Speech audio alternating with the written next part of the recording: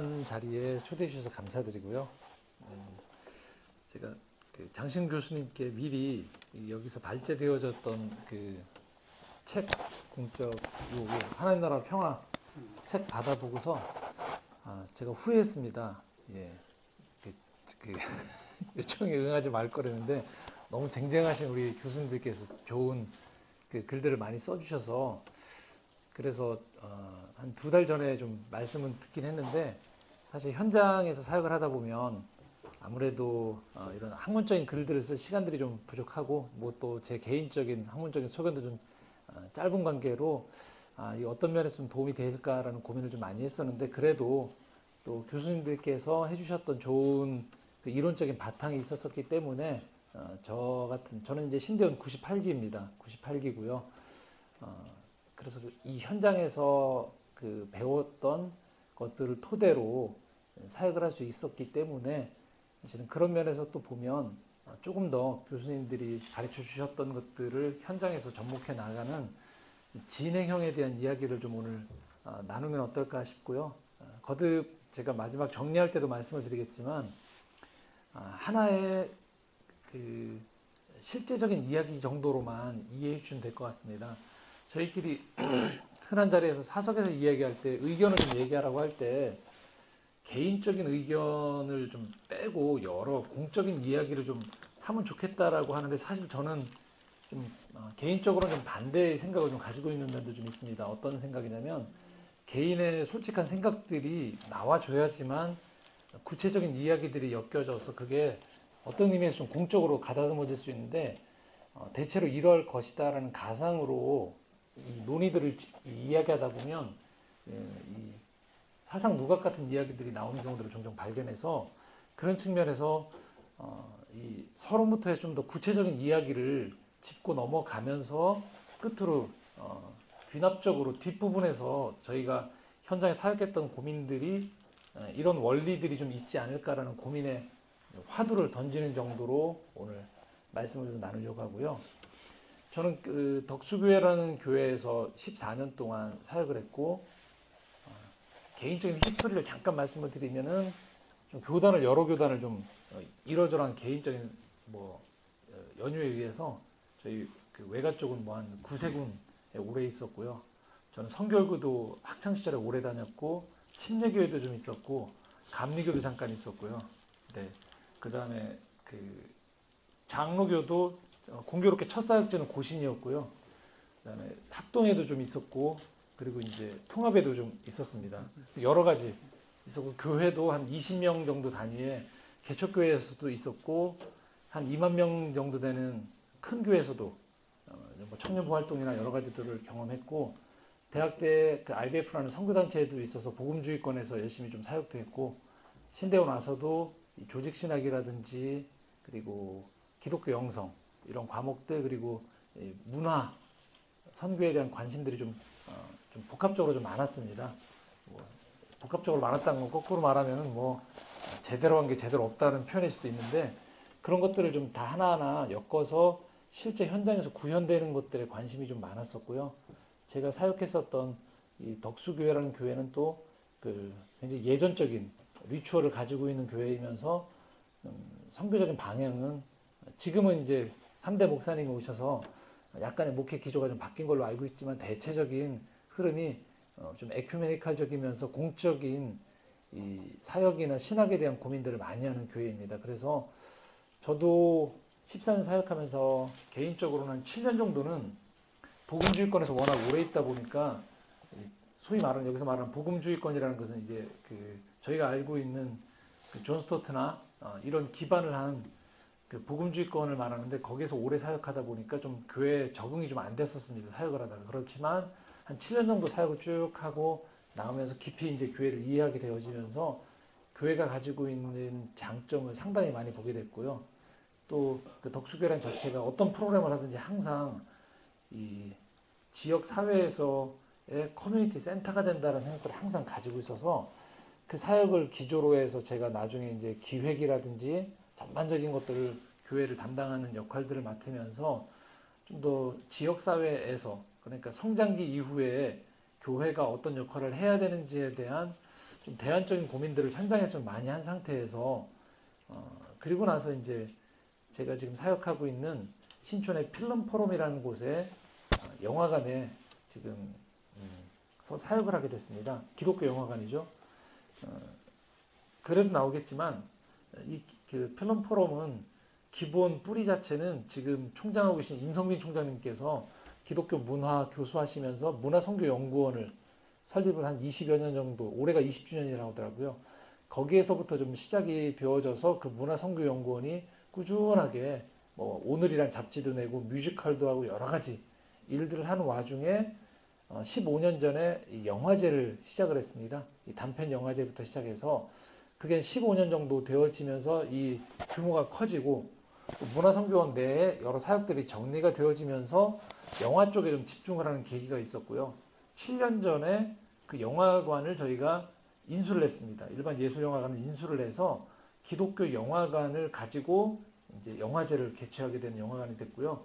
지금은 이 각각의 사역들이 좀 많이 커져서 분화가 됐습니다. 그래서 문화선교연구원도 자체 그 이사회가 따로 조직이 되어 있고 제가 섬기는 필름 포럼도 따로 이사회가 조직이 되어져서 각각의 이 바운더리를 가지면서도 또 협력하면서 지금 사역을 하고 있고요.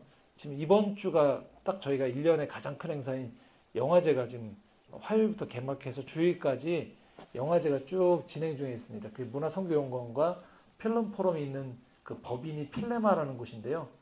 그곳이 연합으로 지금 영화제를 개최하고 있는 중입니다. 그래서 저는 특별히 조금 더 파트가 좀 더 그 현장성이 강한 문화선교연구원은 조금 더 세미나라든지 이론적인 게 강하고 저는 주로 소개해드릴 글에 나오는 현장 중심의 영화를 매개로 하지만 영화만 가지고 하지 않고 그렇지만 이제 전제는 신학적인 그 고민을 항상 하면서 신학적 뿌리 안에서 이 발현되어지는 이 문화선교를 생각하면서 저희가 하고 있습니다.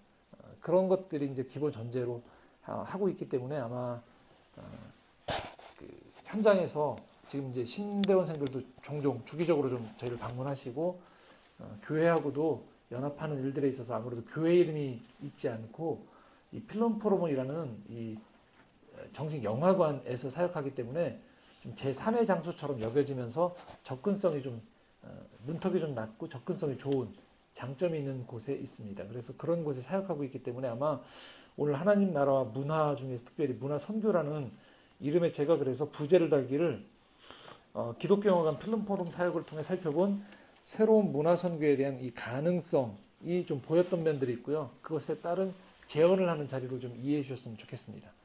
바로 이제 글로 들어가도록 하겠습니다. 서론부터 조금 기존에 저희가 학적으로 썼던 글들하고 좀 다르게 하나의 좀 그림 언어를 생각해 보시면서 머릿속에 그리면서 좀 따라와 보셨으면 좋겠습니다. 한 사람이 영화관에 들어서고요. 이 사람이 두리번거리다가 티켓 박스를 찾았는데 이 티켓 박스가 영화관 같지 않고요. 이 카페 같습니다. 인터넷 쳐보시면 나오는데 그림이 이게 카페처럼 되어 있습니다. 그래서 직원의 안내를 받고 난 다음에 아 이게 영화관이구나라는 걸 확인하고 한 사람이 티켓을 발권하고요. 근데 다시 돌아보면 또 카페예요. 그곳이 영화관이면서 카페입니다. 그래서 의자에 앉는데 의자가 또 보면 저희가 다 전체가 빈티지 가구입니다. 톨릭스라는 가구인데 이게 사연이 있는 빈티지 프랑스 가구들인데 저희 이 필름 포럼의 이사회에 있는 이사분이 이곳의 기독교적인 정신에 대한 취지를 동감해 주셔서 이 의자들을 제공을 해 주셨어요. 대여 형식으로. 그래서 저희가 비용을 별도로 물지 않는데 상당히 비싼 고가의 가구입니다. 저도 처음에 이 가구를 보고서 좀 깡통 같았는데 실제 보니까 의자 하나가 60만 원이고 테이블이 240만 원이고 이런 의자들이 저희 안에 들어와 있습니다. 그래서 의지는 간단합니다. 뭐 화려한 거를 추가적으로 해서가 아니고 좀 뭔가 이곳이 가지고 있는 것이 다른 일반 문화하고 좀 다른 깊이에 대한 고민들이 좀 느껴졌으면 하는 바람 때문에 저희가 좀 그런 것들이 좀 배치가 되어 있습니다. 그래서 이 가구들도 있고요. 벽면에 보시면 그림이 좀 여러 점들이 걸려 있습니다. 카페 한 두 달에 한 번씩 그림을 바꾸는데요. 이때 한 사람이 방문했을 때 이 그림은 이 자폐를 가진 청년 화가가 그린 작품이 여러 점 전시되어 있고요. 그것을 본 저희 건물 옆에 있는 발달센터가 있습니다. 이화여대. 어머니가 그 장애 아이동을 데리고서 그 그림을 보면서 우리 아이도 저렇게 아이가 좀 그림을 그리거나 사회에서 활동을 하면 좋겠다라는 바람을 갖는 그런 역할을 하게 되고요. 또 영화 포스터가 당연히 영화관이니까 많은데 그 중에 보면 또 세미나 포스터가 있습니다. 필름포럼 아카데미라고 해서요. 아침 저녁으로 그런 강좌들이 진행되는데 기독교 영성부터 문학치료, 정신분석, 상담, 기독교 고전읽기, 시나리오, 영화 관련한 여러 가지 강좌들, 토요일에는 정기적으로 현직 미술 작가가 미술 실기 수업을 하고 있습니다. 그래서 한 15개 정도가 넘는 강좌들이 기수별로 진행되고 있고 현재 8기가 진행 중에 있습니다. 그냥 예술영화관인 줄 알았는데 벽면에 보면 영화관 대표는 접니다. 한 달에 한 번씩 월요일 오전에 시네마 브런치라는 이름으로 영화를 관람하고 샌드위치를 먹으면서 강좌를 듣는 프로그램이 있습니다. 카페에 그 북카페이기 때문에 카페에 책들이 비치되어 있는데 기독교 서적과 일반 서적이 같이 구비가 되어 있고 인문학을 조금이라도 좋아하는 분들이 보시기에 여기가 책을 고르는 선관이 있구나 할 정도의 좀 좋은 책들을 저희가 잘 갖춰놓고 있습니다. 그리고 지금 여기에 보면 한쪽에 배너는 일주일간 열리는 영화제, 서두에 말씀드렸던 서울국제 사랑영화제가 포스터가 전시되어 있고요.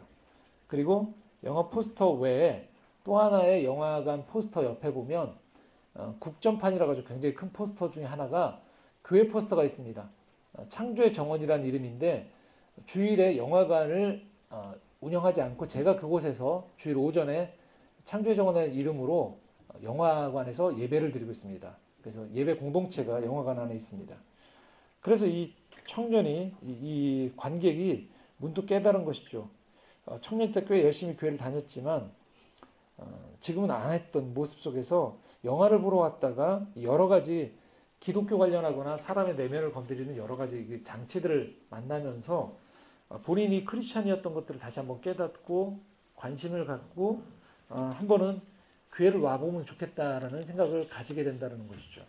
실제로 그래서 주일에 이 영화관에 있는 포스터를 보고 브로셔를 보고서 찾아오는 분들이 점점 몇 분씩 찾아오십니다. 지금 현재. 자, 이것이 제가 섬기고 있는 필름 포럼에서 실제로 일어나고 있는 일들 중에 가상으로 제가 모아봤지만 실제로 일어나고 있는 일입니다.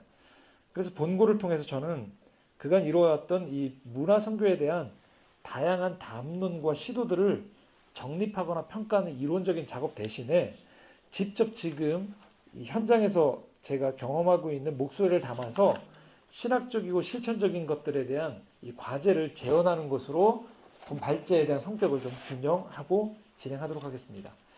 자, 두 번째 광장에 나온 기독교라고 제가 써놨습니다. 미로슬라브 볼프가 썼던 그 표현을 좀 인용해서 제가 썼는데요. 필름 포럼 소개는요. 서두에 말씀드렸던 것 같습니다. 문화상교연구원에서 시작했고요. 지금 서울국제 사랑영화제의 법인인 사단법인 필레마가 운영하고 있는 영화관입니다. 그 이사장이 따로 계시고 저는 법인 대표로 있습니다. 90석 52석 영화관이 있고요. 그리고 기독교 영화 그리고 기독교적인 가치관에 부합하는 독립예술 영화를 상영하고 있고 카페 아카데미 갤러리를 운영하고 있습니다. 주일에는 말씀드린 창조의 정원이 오후 3시까지 영화관과 카페에서 성인 대상의 주일 공동 예배 지금 한 20명 정도 한 1년 반 됐는데요. 그렇게 드리고 있고요. 어린이들이 한 8명 정도가 주일학교 창조의 꿈이라는 이름으로 주일 예배를 드리고 있습니다. 지금 신대원 1학년인 한 분이 교육전사로 섬기고 있습니다. 2012년 5월에 기존의 예술영화관을 이 필레마가 인수하면서 기독교 영화관으로 발전되어서 하고 있고요. 기쁨의 50일 기간 중에 해당되어지는 일주일에 서울국제 사랑영화제를 개최해서 기독영화 및 예술영화 신작 및 신학적인 재조명에 필요한 작품들을 선별해서 상영하고 있습니다. 이번에 영화제 같은 경우도 오늘 저녁에도 있는데 켈롭스키라고 아주 유명한 예술영화 감독이 만든 10개라는 영화가 있습니다. 50분짜리 10편을 만든 게 있는데 국내 수입이 안 됐습니다. 저희 이 영화제에서 그 영화를 2편을 구매해서 지금 영화하고 있고요.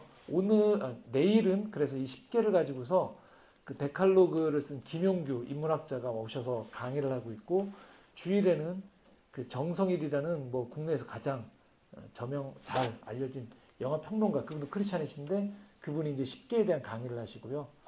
또 영화제 안에 기독 영화인상 수상 같은 게 있습니다. 그래서 작년에 로마서 8장 8장 37절을 제작했던 신현식 감독을 영화인 상을 주고 그분에 대한 이야기를 좀 조명하는 시간을 갖는다든지 그런 일들. 또 막달라 마리아 지금 개봉했는데 아무래도 막달라 마리아가 이 마리아 외경을 가지고서 만들었던 영화이기 때문에 기존의 복음서가 좀 다른 시각이 있습니다. 그래서 그런 경우에 이제 저희가 천주교에서의 강사 한 분과 어제 그 안용성 교수님 같이 오셔서 같이 그 관객들과 이 영화에 대한 신학적인 토크를 하는 시간들을 마련한다든지 그런 일들이 이 영화제 안에서 이루어지고 있습니다. 365일 영화관이 운영되어 있고요. 또 2018년에는 경기도 지시네마 사업이라고 해서 경기도에서 운영하는 7억짜리 공공사업입니다. 이것이 30개 정도 스크린에 국내 독립예술영화를 배급하는 것을 저희가 사업권을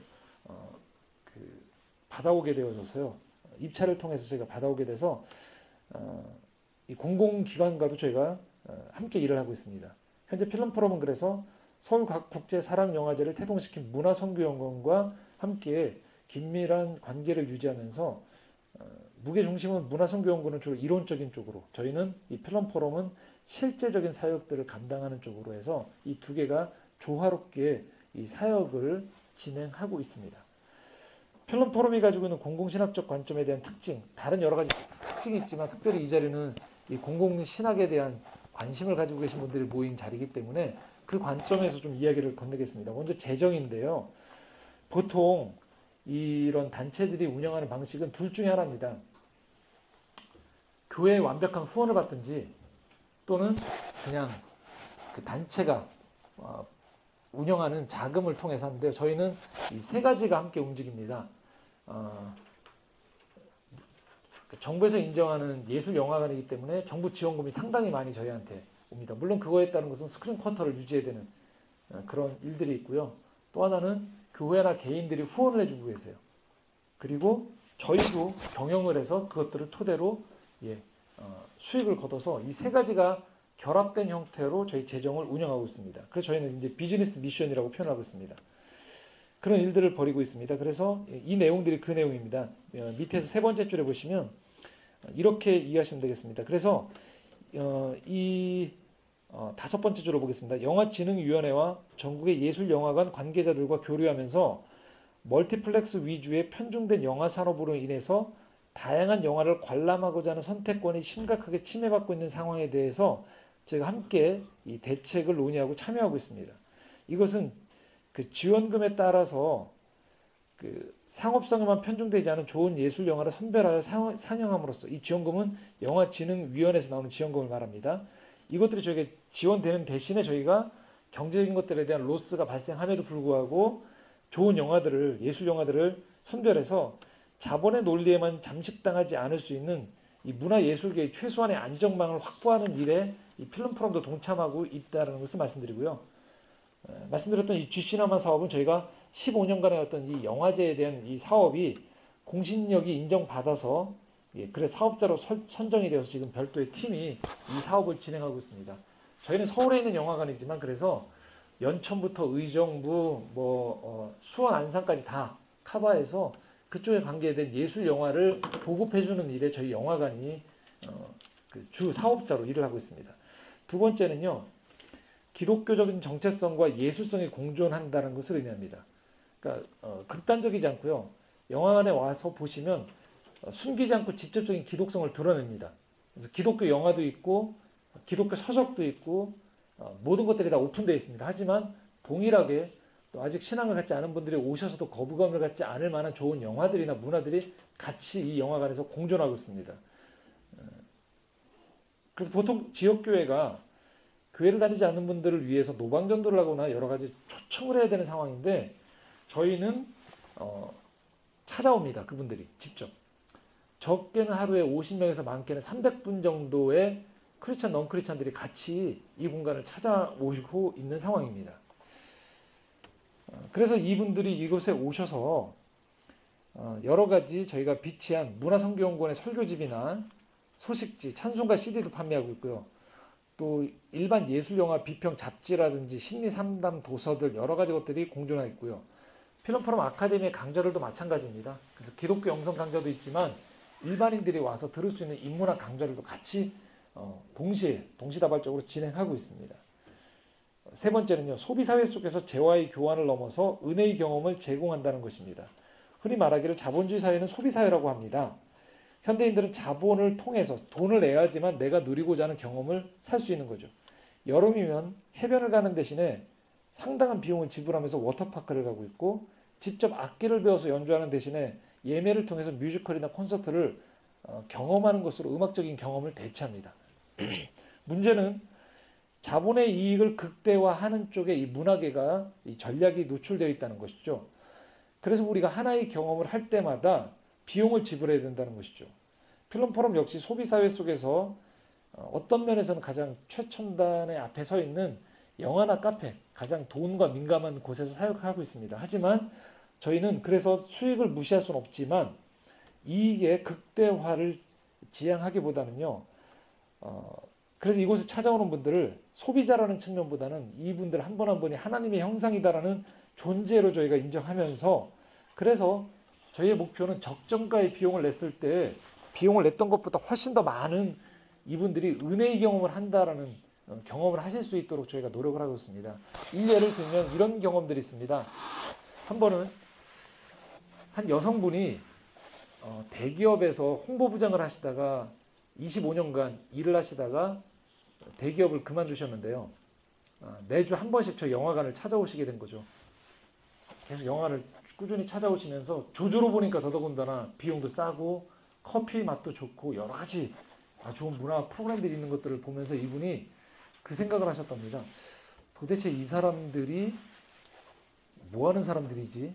이거 안 망하나? 안 망했으면 좋겠는데 라는 생각이 들었다는 거죠. 그래서 저희랑 얘기를 하다 보니까 저희의 정체성도 알게 되어지고 지향하는 바를 알게 되면서 이 대기업에서 홍보부장으로 있었던 분이 자원하셔서 저희 서포터스들, 대학생들을 기수별로 모집하는 그 대학생들의 멘토가 되어주셔서 이곳을 홍보하는 일에 함께 동참하는 일이 있었습니다. 그런 식으로 오시는 분들이 멀티플렉스 영화관이나 일반 저희가 알고 있는 뭐 스타벅스나 이런 커피숍과는 확연하게 다른 정체성이나 분위기를 저희가 느끼실 수 있도록 저희가 만들어 놨었기 때문에 꾸준히 오시는 분들은 그것들을 느끼기 때문에 이곳에 오십니다. 그래서 저희는 이렇게 표현합니다.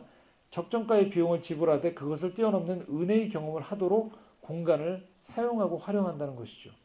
그래서 영화를 나는 보러 왔지만 카페에 앉아서 쉼이나 세미나실을 이용해서 토론도 할 수 있고요.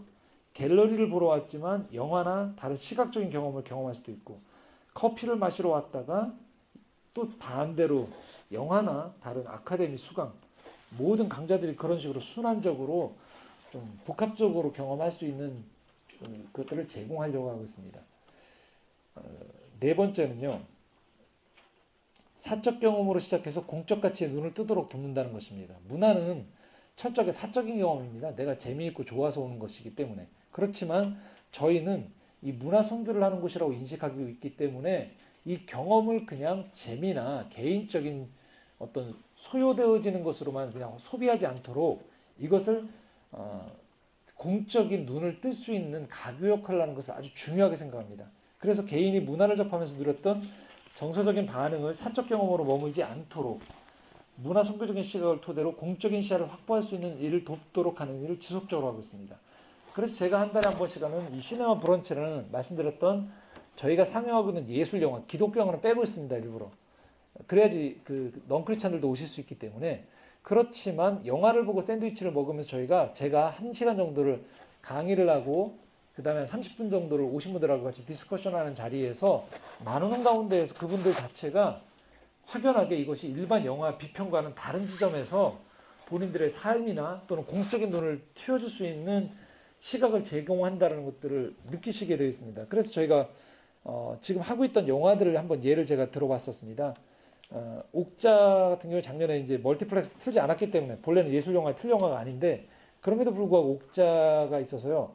옥자를 토대로 예를 들면 이 봉준호 감독이 사회학과 출신이기 때문에 이분의 영화 안에 들어와 있는 사회학적인 시선 그리고 옥자란 영화가 가지고 생태적인 문제를 제가 좀 분석해주는 시간을 갖는다든지 마찬가지입니다. 왜냐하면 다 모든 영화들이 마찬가지로 그런 식으로 예를 들면 뭐 중간에 세 번째 살인이 한국의 예술 영화를 좋아하는 분들은 많이 좋아하는 고레에다 히로카즈 감독이라는 분이 계신데, 이분이 기본적으로 그 방송 다큐 저널리즘 출신이기 때문에 이분이 가지고 있는 이 세상을 바라보는 다큐적인 어떤 진실에 대한 이 시각이 굉장히 중요한 함의를 담고 있기 때문에 이거를 분석했고, 마침 그날은 또 방송국 PD나 이런 분들이 오셔서 함께 이 방송의 현실에 대한 이야기를 나눌 수 있는 그런 시간들도 있었습니다.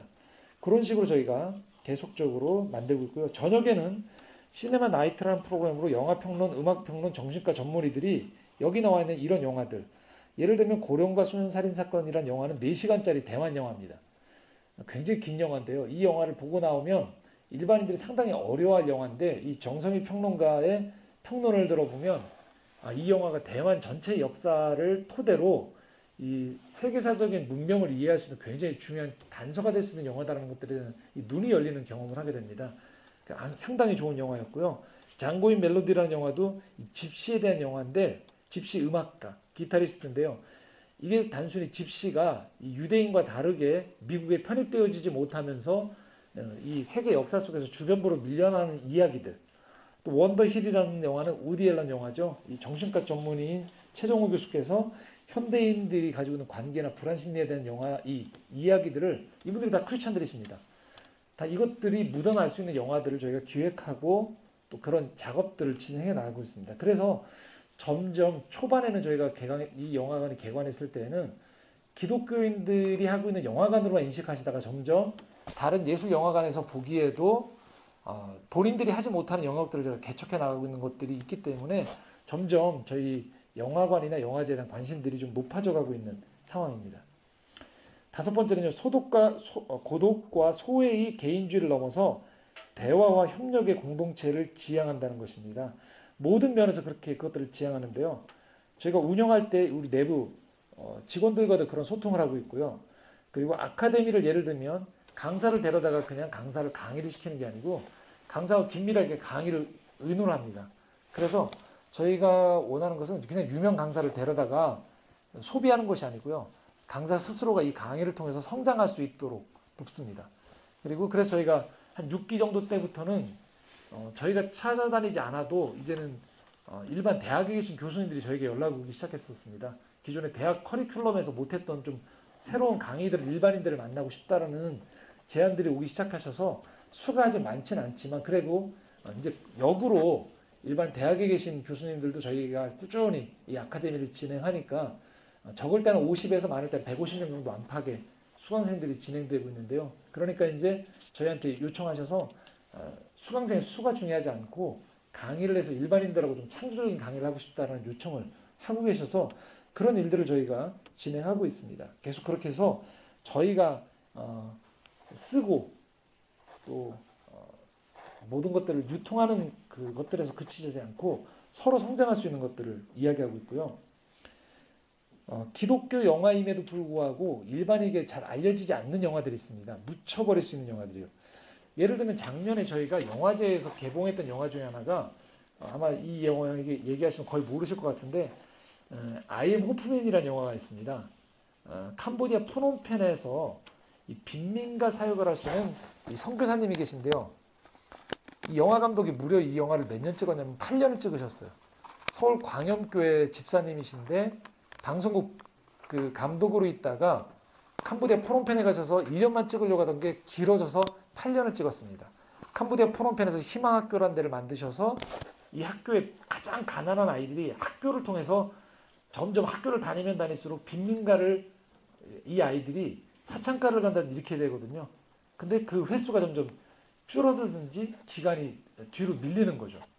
아이들이 넉마주를 하던 아이들이 학교 선생이 되거나 그 마을 전체가 변화되어지는 스토리인데 그게 8년에 걸친 이야기를 찍으셨어요. 근데 개봉을 어떻게 될지 이분이 모르시고 있었던 것이죠. 그 영화를 보면 선교사님이 파킨슨병에 걸리시고 사랑하는 그 아들이 그 현지에서 교통사고로 죽는 그 내용들이 8년을 찍다 보니까 다 담겨 있습니다. 그런데도 불구하고 굉장히 감동 있고 진실한데 감독님이 그냥 순수하게 영화만 찍으셔서 어떻게 해야 될지를 모르셨습니다. 그래서 저희가 꾸준하게 교회가 저희한테 요청하시면 저희 프로그램 중에 하나가 찾아가는 영화관이 있습니다. 비용을 좀 지불하고요. 그 교회에서 저희에게. 그럴 때마다 1순위로 이 영화를 추천해 주셔서 가서 이 성도분들이 이 영화를 보고 나시면 굉장히 은혜를 많이 받으시는 거죠. 이런 감독들이 이 영화가 없으면, 저희 영화관이 없으면 그냥 이 자본주의 영화 안에서 그냥 사장되는 거예요. 또 예를 들면 작년에 로마서 8장 37절을 만든 이 동주를 제작 각본을 하셨던 신현식 감독님이 동주란 영화로 이제 그 전까지 10년 이상을 꾸준하게 영화를 만드시다가 상당히 많은 빚을 지셨는데 본인 표현에는 동주로 이준익 감독이 영화를 만드시고 본인이 제작 감독을 하셔서 각본을 쓰셔서 상당히 100만 정도의 관객이 동원해서 상당히 많이 수익이 나셨습니다. 그걸 토대로 자기가 꼭 한번 만들어 보고 싶었던 영화를 만드신 거예요. 그게 바로 올해 터지는 미투 운동과 상당히 연관된 대형교회 목회자가 개혁적이라고 알려졌던 분이 성적인 신도들과의 그런 문제들이 스캔들이 있던 것들, 그 피해자들의 이야기가 담겨있는 영화입니다. 상당히 진지하고 아주 무거운 영화인데요. 그 영화를 처음 만드시고 난 다음에 감독님이 저희한테, 제가 알던 분이었기 때문에 요청을 하셨어요. 이걸 어떻게 하면 좋겠는지에 대해서.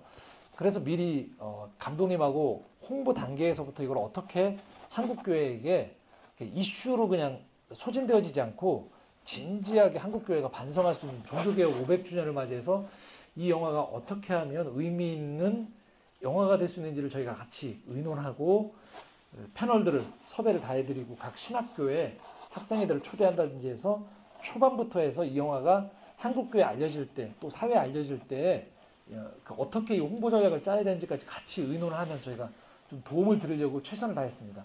물론 영화사 입장에서 얼마만큼 도움이 되는지 모르겠지만 그래도 이 첫 단추를 깰 때 이 자칫 그냥 소진될 수 있는 영화가 같이 진지한 논의를 통해서 좀 그렇게 잘 알려질 수 있는 일들이 벌어졌고요. 또 외부 단체들과도 협력합니다. 그래서 작년에 11월 같은 경우에도 관계의 재구성이라는 이 프로그램을 했습니다. 대학로에 위치한 서가는이라는 일반 서점인데요. 마음이나 심리 전문 서적을 하고 있고요. 또 목동에 보면 그 사진관이 한 군데 있는데 다 이 대표도 영화관 이 사진관 대표도 총신대학교 신학을 전공한 신학 그 출신인데 그냥 일반 직업을 가진 분이었습니다. 영화관 사진관을 하신 분인데 이 특징이 한 8만 원 정도 비용을 내고 그냥 사진만 찍어주지 않고 한 1시간 정도를 대화를 하면서 치유를 하는 프로그램이 있습니다. 나를 찾는 사진관이라는데 젊은이들에게 상당히 이제 인기가 많이 올라가고 있는 프로그램인데요. 그 영화관과 저희가 결합을 해서 사진관과 결합을 해서 일주일간 저희 세미나실은 전체를 서점으로 꾸미고요. 한쪽에 또 다른 세미나실은 사진관으로 만들어서 그 저희 영화를 관계에 대한 영화를 상영하고 시네토크를 하고요. 이 세 가지가 같이 콜라보레이션으로 해서 일반인들이 저희 영화관을 찾아오셔서 관계나 어떤 내면에 대한 이야기들을 건넬 수 있는 프로그램들을 저희가 진행을 했었습니다. 이런 식으로 저희가 저희 단독으로만 필름 포럼 단독으로 그 게릴라식으로 치고 빠지는 식의 문화 선교를 하지 않고 할 수만 있으면 정부나 또 다른 기관들 이런 것들과 계속 연계하면서 일을 하려고 저희가 진행하고 있습니다. 여섯 번째, 개교의 성장주의를 넘어서는 하나님 나라에서의 문화 선교라는 것은 한마디로 말씀드리면 보통 이제 대형 교회들이 개교의 이름으로 어떤 선교를 하는데요. 저희들은 상당히 좋은 교회들이 물밑에서 저희에게 후원과 협력을 많이 하시고요. 저희 필름 포럼을 또 예를 들면 전도의 장소로 그 젊은이들이나 그 카페 전체를 빌려서 그런 초청하는 세미나라든지 열린 예배를 드린다든지 이런 일들도 같이 하는 협력 사업을 해서요. 한 교회만의 문제로 가지 않고 연합할 수 있는 이 일들로 진행합니다. 그래서 어제 그저께죠. 저희가 영화제 기간 중간에 수요일날 밤에도 저희가 영화인의 밤을 했는데요. 기존 영화제하고 좀 다르게 기존 영화제에서 영화인의 밤을 하면 영화인들이 감독이나 배우들이 칵테일 파티하고 서로 이렇게 교류를 하거든요. 저희 예배를 아예 드렸습니다. 그냥 예배를 같이 드리고 서로 교제하고 기도회를 갖고 그래서 그날 이 영화인의 밤에 이장호 감독님이라든지 원로 감독님부터 해서 한 30여 분 정도 현직 감독들, 교수님들, 배우들이 같이 이렇게 모여서 함께 예배드리고 그런 하나님 나라의 문화에 대한 여러분들이 선교사다라는 이야기들을 같이 나눌 수 있는 시간들을 갖는 그런 일들도 좀 가졌습니다. 이제 세 번째 이제 큰 달라고 넘어가서요. 여기서부터 좀 더 이제 이론적인 얘기로 말씀을 드리겠습니다. 이런 식의 현장 사역을 토대로 저희가 이제 파악했던 과연 한국 교회는 이런 부분에 있어서 제대로 문화 선교라는 측면에 봤을 때 하고 있는가에 대한 질문인데요. 세 가지를 말씀드리겠습니다. 첫 번째는요. 변화하고 있는가라는 거예요. 테크놀로지가 급속도로 발전해가고 세계 정세가 하루가 다르게 변동하고 오늘도 당장 이렇게 지금 남북 화해의 물결이 지금 일어나고 있는 이런 일들이 벌어질 줄을 상상 못하는 빠른 속도로 전개가 되고 있죠. 과학 발전과 민주주의 성숙도가 급격하게 더해져가고 있는데 이 급격한 변화에 과연 교회는 대처하고 있는가? 정치, 경제, 교육, 문화 전반에 걸친 변화는 사람들의 사고체계를 바꾸고 삶의 풍경도 달라지겠습니다. 그래서 성으로부터 시작해서 전통적인 가정에 대한 개념까지 기준을 세우기에는 각자 입장이 달라졌고 삶의 양식도 그 중심성이 상당히 미약해졌다는 겁니다. 제가 각 주에 써놨는데 보통 저희 목회자들이 자꾸 이야기할 때 4인 가족의 기준의 가정 세미나를 많이 합니다. 또 역할론에 근거한 아버지, 어머니에 대한 역할론에 근거한 가정 세미나를 많이 하고, 근데 이미 4인 가족보다 3인 가족이 많아졌고 2인 가족보다 1인 가족이 많아지면서 분화된 가족들, 독신 가족들, 비혼자들, 또 이혼을 경험한 사람들, 여러 형태의 가정들이 존재함에도 불구하고 그것들을 다 못 담아내고 있다는 것이죠. 또 하나는 저희가 그 노동에 대해서도 종교개혁 이후에 사실 노동의 가치를 저희가 굉장히 중요시 여겼기 때문에 그런 쪽으로 저희가 많이 강조점을 두었는데요.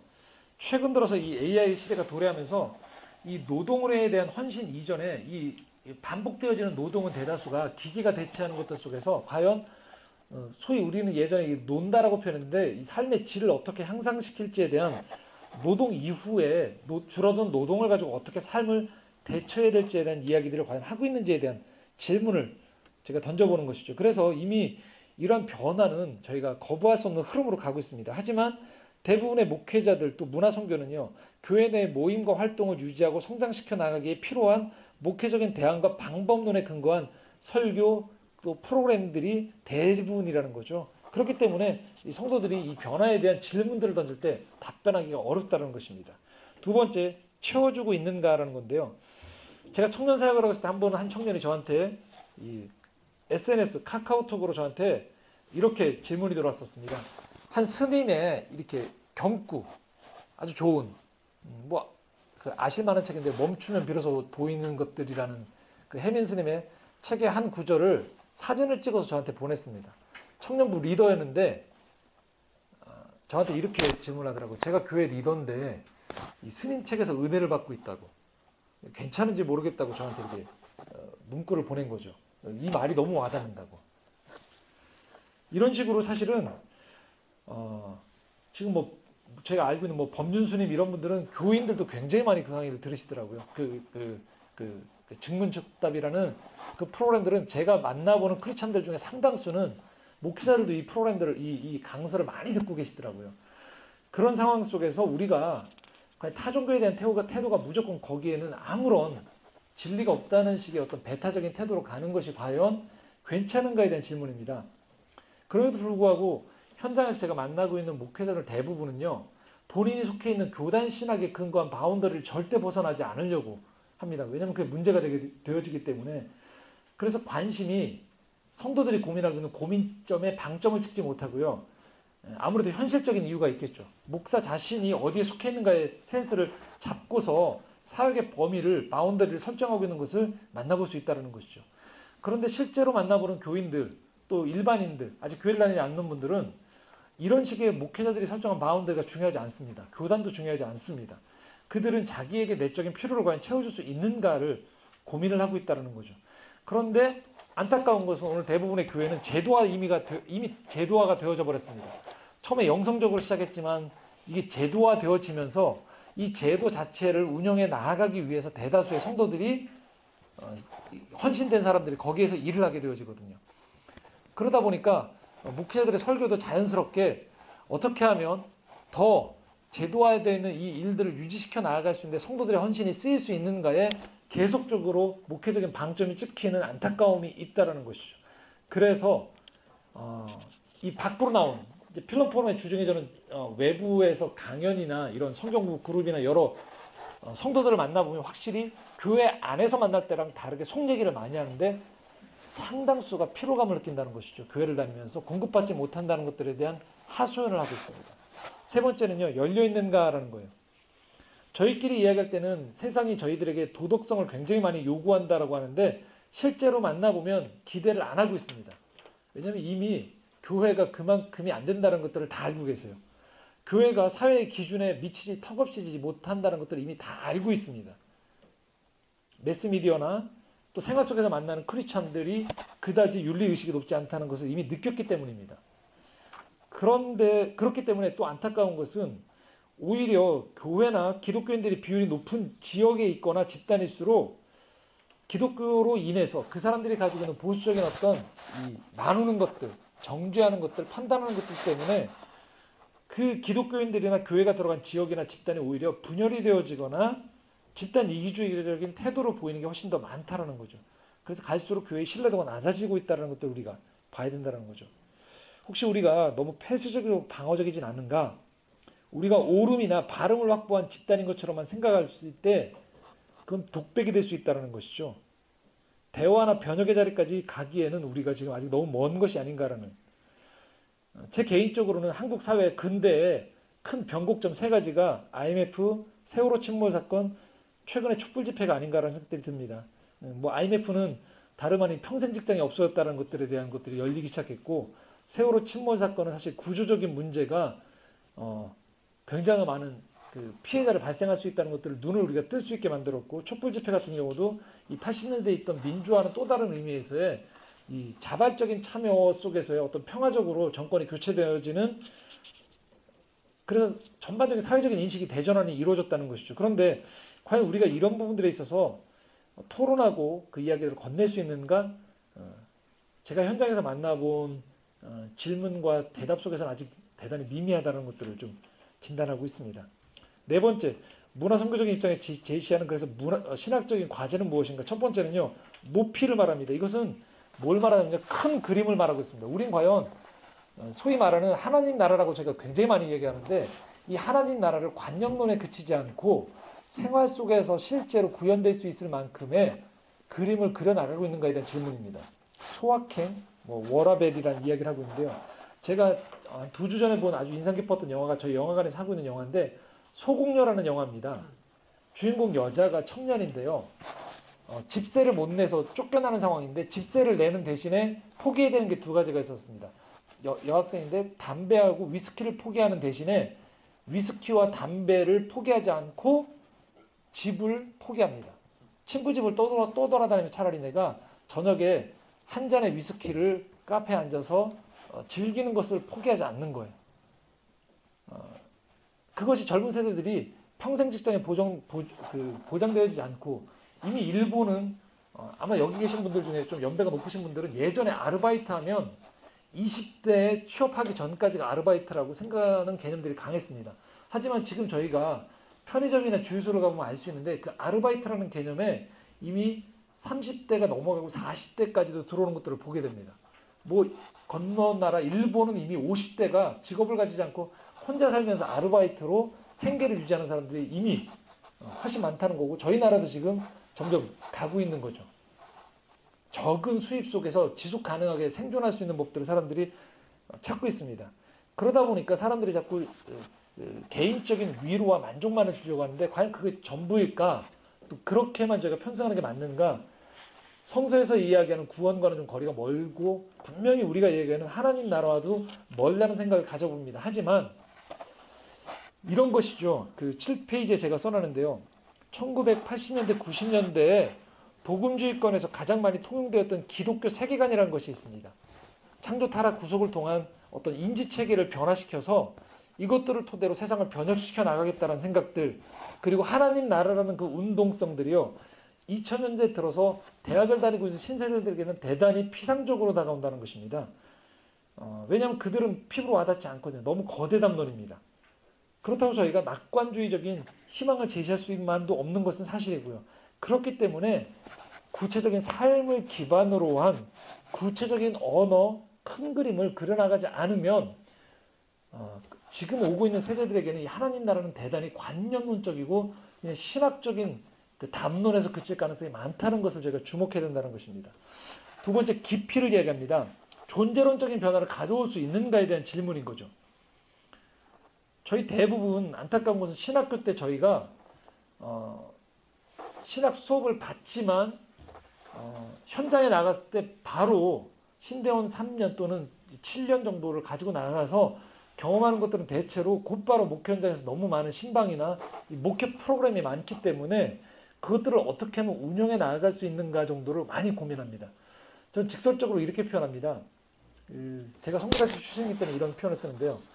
어느 단체나 이런 데서 보면 간사라는 표현을 씁니다. 간사. 줄기 간자의 일사자거든요.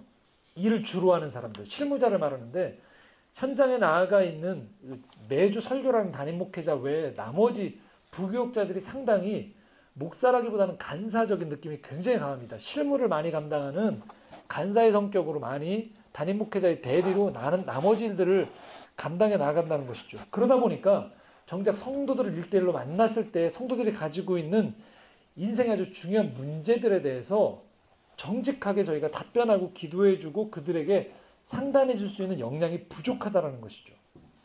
과연 우리는 이 신앙의 기품에 대해서 눈을 뜨고 목회자 스스로 계속 자라가는 가운데서 그들에게 이 내면의 이야기를 건넬 수 있는가에 대한 질문을 던지고 있습니다. 세 번째, 넓이를 말합니다. 이것은 교회나 가정이라는 울타리를 머물지 않고 교회가 70년대에 60, 70년대 농촌사회에서 도시로 이주하면서 교회가 농촌의 마을 대신해서 대한공동체의 역할을 했던 것처럼 사실 그렇게 해서 대형교회가 성장하고 교회가 그 커뮤니티 역할을 했지만 이미 그것이 다 이제 분화가 되어져서 정착이 되어 있는 도시공동체 안에서 과연 그 역할을 할 수 있을까? 그럼 그 대안은 무엇일까? 저는 그것이 바로 지역사회 플랫폼이 되어야 되지 않을까라는 것이고요. 그래서 교회는 이 자본주의나 경쟁주의를 치닫는 사회에서 한편으로는 평화나 공존을 지향할 수 있는 단순히 이익이나 경쟁 집단이 아니기 때문에 그것들을 지향할 수 있는 장점이 우리 안에 많다라는 것이죠. 그래서 우리가 이제 가정도 혈연 공동체를 넘어서 가치 공동체로 넘어갈 수 있어야 된다는 것이고요. 교회는 그런 의미에서 세상에 존재한다는 것을 잊지 않아야 된다는 것입니다. 공적인 기관임을 다시 한번 잊지 않아야 된다는 것이죠. 우리의 신앙 고백이 만유의 주를 섬기는 것이거든요. 그래서 교회는 지역 교회를 넘어서서 사회보다도 훨씬 더 넓은 범위의 세상에 대한 고민, 기도, 실행에 대한 준비를 해야 되지 않을까라는 그런 실천적인 고민을 좀 해보고요. 마지막 5번째입니다. 그럼 과연 우리는 어떤 것들이 좀 있어야 될까? 훨씬 많지만 3가지만 좀 정리하겠습니다. 첫 번째는요, 경험성입니다. 최근에 현대의 마케팅이나 대중매체는요, 경험에 초점을 맞추고 있습니다. 오름을 계몽하지 않습니다. 매력을 호소하고 있습니다. 사람들이 여기에 폭발적으로 반응하고 있습니다. 최근에 작년에 소위 말하는 예능에서 사람들에게 환호를 받았던 프로그램들은 다 사람들이 내적인 욕구를 가르치지 않고 다 이야기했습니다. 예를 들면 알쓸신잡이라는 그 지식인들이 여행 가면서 여러 가지 이야기를 한다든지 어떤 민박, 제주도에 있는 민박에 연예인들이 가서 논다든지 아니면 한 마을의 삼시세끼를 먹는 것들을 그대로 보여주는, 물론 그것도 굉장히 인위적인 그 설정들이 깔려있지만 화면으로 받아들이는 시청자들은 굉장히 자연스럽다라고 여겨지거든요. 관념이 아닙니다. 대중문학을 아는 거죠. 사람들의 욕망과 정서의 신호를 보내야 된다는 것을 알고 있는 거죠. 그런데 우리는 너무 지금 기독교는 지나치게 관념론에 치우쳐 있으면서 몸과 마음의 경험을 해당되는 실체성의 중요성을 무시하고 있는 것은 아닌가를 묻고 있습니다. 지적이며 인지중심적인 접근을 넘어서서 체험과 실천의 중요성을 강조하는 방향으로 우리 무게중심이 좀 옮겨가야 되지 않을까라는 것이죠. 더더군다나 지금 다가오는 세대는 더 이상 문자나 그림을 통해서 정보를 취득하지 않습니다. 이게 무슨 말이냐면 지금 30대 정도까지만 해도 문제가 생기면 구글이나 네이버에 검색어를 칩니다. 그래서 블로그나 구글링을 통해 나온 그 텍스트 중심의 자료들을 봅니다. 거기 나와 있는 그림들을 보고요. 저도 그렇게 정보를 찾습니다. 근데 제 딸이 초등학교 5학년인데요. 그 또래 아이들은 모든 것들을 다 유튜브에서 확인합니다. 모든 것들을 배우는 정보들을 다 영상의 언어를 통해서 다 습득합니다. 제가 문자를 통해서 체득했던 것을 저희 딸이 저보다 훨씬 더 입체적인 측면에서 어떤 영상을 그 컴퓨터를 다룬다든지 어떤 문제들에 접근하는 방식들이 훨씬 더 창의적인 것들을 많이 볼 수 있습니다. 저는 기본적으로 사고방식이 변증법적입니다. 기승전결이나 정반 합의 개념들이 굉장히 강한데 저희 딸 세대나 벌써 중학교 정도만 되더라도 중고등학생들만 되더라도 이 친구들은 한 번에 입체적으로 모든 것들을 파악해서 단번에 직관적으로 이 문제들을 해결하려고 하는 세대들이 많습니다. 그래서 정보와 지식을 가진 교사의 교육을 수동적으로 받아들이던 시대를 넘어서서요. 지금 세대들은 흥미와 수평적인 관계에서 제공하는 경험으로 채워진 영상 언어를 통해서 세계라는 문을 열고 있다는 것을 우리가 주목해야 된다는 것이죠. 놀이가 유보된 채, 그러니까 그 이전 세대가 놀이가 유보된 채 청소년기를 보내면서 정해진 학습을 다 완료하면 기성세대에 편입됐다고 했던 방식과는 전혀 다르게 다가오는 세대들은요. 기성세대, 그래서 우리가 그렇게 다 배울 때까지 기다리면 이미 기성세대의 그 권위에 우리가 들어가게 되어져서 그 위계 질서를 따르는 것이 기존의 룰이었던 것이죠. 학교는 그런 역할들을 했었습니다. 확실하게 교사가 전수해준 그 전수를 받고 지도를 따라서 스승과 제자 관계가 확립이 되어지면서 그 상하 관계가 되어지고 권위가 더 많이 배운 사람에게 있었고 그것들이 누적되어졌던 것입니다. 그러나 지금 세대들은 스스로가 편집권을 가지고 있습니다. 언제든지 자신이 가지고 있는 지식과 정보를 통해서 새로운 경험을 만들어내고 이를 통해서 힘을 획득하고 있습니다. 경험성에 눈뜨지 않으면 안 되는 이유가 바로 여기에 있다는 것입니다. 또 한 가지 주목할 것은 전통적으로 경험을 이야기하면 교회는 이런 경험이 강합니다. 어떤 경험이냐면 집회입니다. 예배나 예배당 안이나 특정한 수련회 같은 집회의 경험을 강조하고 있는데요. 종교적인 어떤 그 구현성이 강한 집회의 경험성을 강조하다 보니까 일상생활 안으로 들어온 자리들의 경험성이 대단히 취약합니다. 집회가 강조된다는 건 뭘 말하냐면 회심이나 영적인 터닝 포인트에 되어지는 영적 체험에 대한 것들이 굉장히 강조가 되어진다는 것이죠. 하지만 이것이 긍정적으로 작용하면 교회 성장에 큰 축을 담당하지만 하지만 일상에 대한 경험성을 공유할 문제들, 소소한 일상의 문제들을 경험할 수 있는 경험에 대한 신앙의 언어들이 거의 부재하다고 보면 됩니다. 주일 공동 예배를 드리는 시간 외에 신앙을 삶의 자리로 경험할 수 있는 공간, 언어의 부재는 그래서 기독교인들로 하여금 양극화성을 가져오게 합니다. 첫 번째는요. 정반대로 세상은 다 틀렸다고 하면서 강렬한 더욱더 집회를 요구하는 쪽으로 여러 가지 테크놀로지나 여러 가지 집회가 더 보수적이면서 굉장히 뜨거운 쪽으로 가는 쪽이 분명히 지금도 있고요. 다른 하나는 신앙과 삶을 아예 분리한 채 살아가는 사람들이 많습니다. 제가 필름 포럼에 나와서 현장에서 만나보면 후자가 훨씬 더 많습니다. 제가 우스갯소리 표현으로 이런 표현 씁니다. 전직 신학생들이 상당히 많습니다. 그리고 저희가 얘기하는 가난한 성도들 중에서도 전직 신학생들이 상당히 많습니다. 교회를 안 다니고 있습니다. 그걸 단순히 두 번째 분리현상을 저희는 삶과 신앙이 분리됐다는 것을 자꾸 이런 식으로만 얘기합니다. 기독교인들이 윤리적인 그 실천이 더 부족하다로만 자꾸 인식하는데요. 그것이 아니고요. 내적인 자신이 가지고 있는 욕구와 일상에서 누리는 경험성에 대한 부족을 간과한다라는 이야기인 겁니다. 그래서 이제 우리한테 필요한 것은 회심이나 영적 체험이라는 신앙의 원점에 대한 강조를 넘어서서 일상 안에서 그들이 경험하는 삶에 대한 경험성을 어떻게 해석해주고 신앙과 삶의 다리를 연결해주는 작업을 지속적으로 추구할 수 있는지가 중요한 과제다라는 것이죠. 두 번째, 관계성입니다. 현대는 불안한 사회입니다. 심리적인 불안뿐만이 아니고 그들의 안식처가 되는 직장과 거주지가 내일이면 무너져 버릴지도 모른다는 염려가 이 사회에 팽배해 있습니다. 그 리차드 세넷이라고 제가 각주에 기록하지 않았지만 이 뉴 캐피털리즘이라는 책을 쓴 이 런던 정치경제대학의 이 리차드 세넷의 교수가 쓴 책에 보면 이런 표현이 있습니다. 막스 웨버 이후로 이 자본과 노동의 그 원리는 이런 메커니즘이 작용했다는 것이죠. 열심히 일하면 보상을 받는다는 거예요. 기다려라. 끝까지 열심히 일하면 때가 되어지면 승진을 하고 언젠가 보상이 돌아올 것이다. 그런데 이 신자본주의 시대 이후에 어떤 일이 발생했냐? 나에게 보상을, 내가 열심히 일했는데 보상을 줄 위의 주체가 사라져버린다는 거예요. 파산을 하거나 또는 일찍 퇴사를 하거나.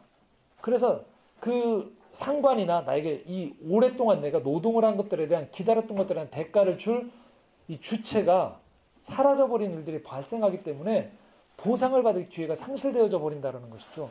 실제 우리 사회에서 그런 일들이 벌어지고 있죠. 꾸준히 한 직장에서 열심히 일했을 때 과연 어디까지 갈 것인가에 대한 회의감이 든다는 것이죠. 최근에 제가 만난 그 젊은이 한 청년도 남들이 부러워하는 그 서울의 중앙에 있는 한 그 은행에 취업을 했습니다. 놀랍게도 그 은행에 취업돼 있는 그 직원들 전원이 10년 안에 다 퇴사를 할 준비를 하고 있다고 합니다. 왜냐하면 은행이 지금 어떻게 될지 모르는 것들 속에서 10년 안에 남들 그렇게 들어가기 어렵다라고 하는 좋은 은행에 들어갔음에도 불구하고 그 은행에 근무한 직원들 전원이 10년 안에 어떻게 하면 내가 이 회사에서 퇴직한 후에 그 다음을 꾸려갈까에 대한 고민을 한다는 것이죠. 이것은 뭘 말하냐면 사회가 불안정하다는 거예요. 열심히만 살아서는 안 된다는 것들에 대한 불안감이 팽배해 있는 거죠. 그런데 누구도 이 안전망을 확보해주지 못한다는 것입니다. 생계, 사회적 지위, 기술의 효용성, 자기 존엄성을 유지할 권리가 이처럼 지극히 불안정한 토대 위에 세워져 있다는 것이죠. 또 한 가지, 이 대중매체와 이미지 산업을 통해서 맺게 되어지는 관계의 불확실성이라는 거죠. SNS상에서 소위 말하는 페이스북에 친구가 맺어도 그 관계는 대단히 불안정한 관계라는 것이죠. 그래서 가면의 연속이기 때문에 SNS를 많이 할수록 우울감이 증대한다는 것은 이미 의학적으로 규명이 되어 있습니다. 의기소침한 거죠. 무한한 가능성의 선택에 대한 모든 책임이 개인 홀로 져야 되는 이 규결되는 구조이기 때문에 사람들은 대단히 부담스러워한다는 거죠. 그래서 사람들은 가면 갈수록 선택이 단순한 세상, 올바른 선택에 대한 보상이 보장되고 선택의 실수에 대한 책임이 덜해질 수 있는 상황을 염원하게 됩니다. 사람들은 대대적으로 단순화된 세상에 대해서 매력을 가질 수밖에 없다는 거죠. 이런 지점에서 이단이 활개칠 수 있는 여지도 훨씬 더 많아지는 것이겠죠. 기독교는 관계를 기반으로 이루어졌기 때문에 이런 현대인들의 불안을 치유하고 평안을 줄 수 있는 가능성은 매우 높은 집단입니다. 하지만 이를 오용할 때 너무 보수적인 원 메시지로만 통일되어 있는 대형교회가 건강성을 유지하지 못하거나 집단적인 이기주의로 변질될 위험이 항시 존재한다는 걸 우리가 기억해야 되고요. 또 한 가지는 기독교 고유의 관계성을 살려낼 때 이 사회에 만연된 장소 상실이라는 플레이스리스니스라는 이 문제를 해결할 수 있다는 것이죠.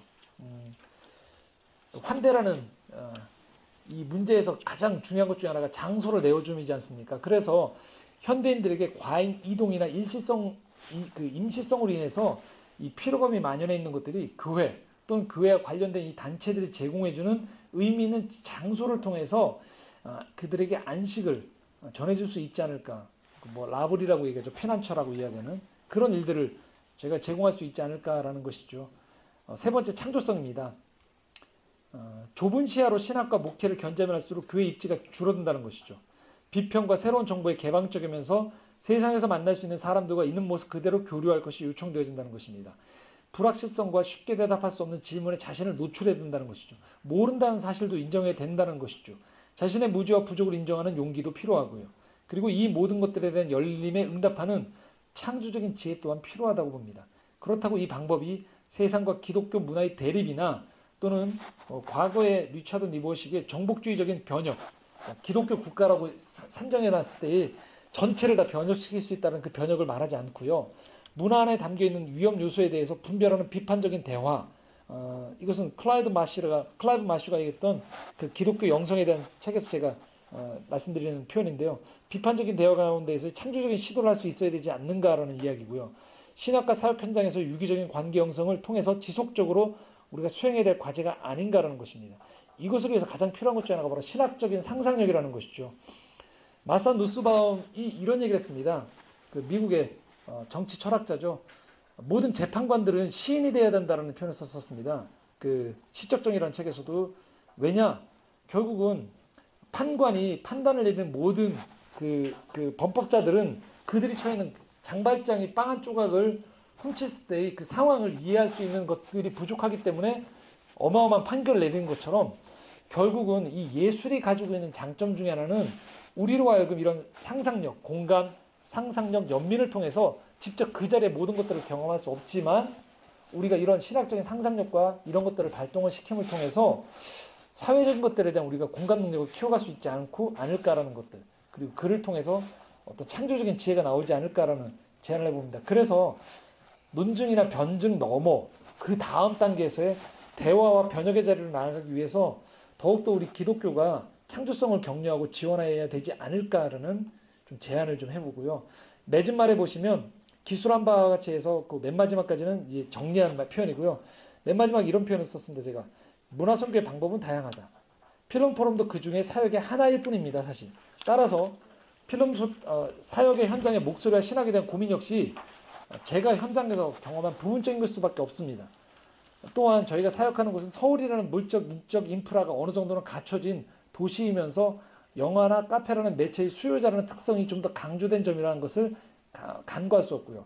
또 오시는 분들이 주로 10대에서 40대, 물론 50대, 60대, 70대도 오십니다.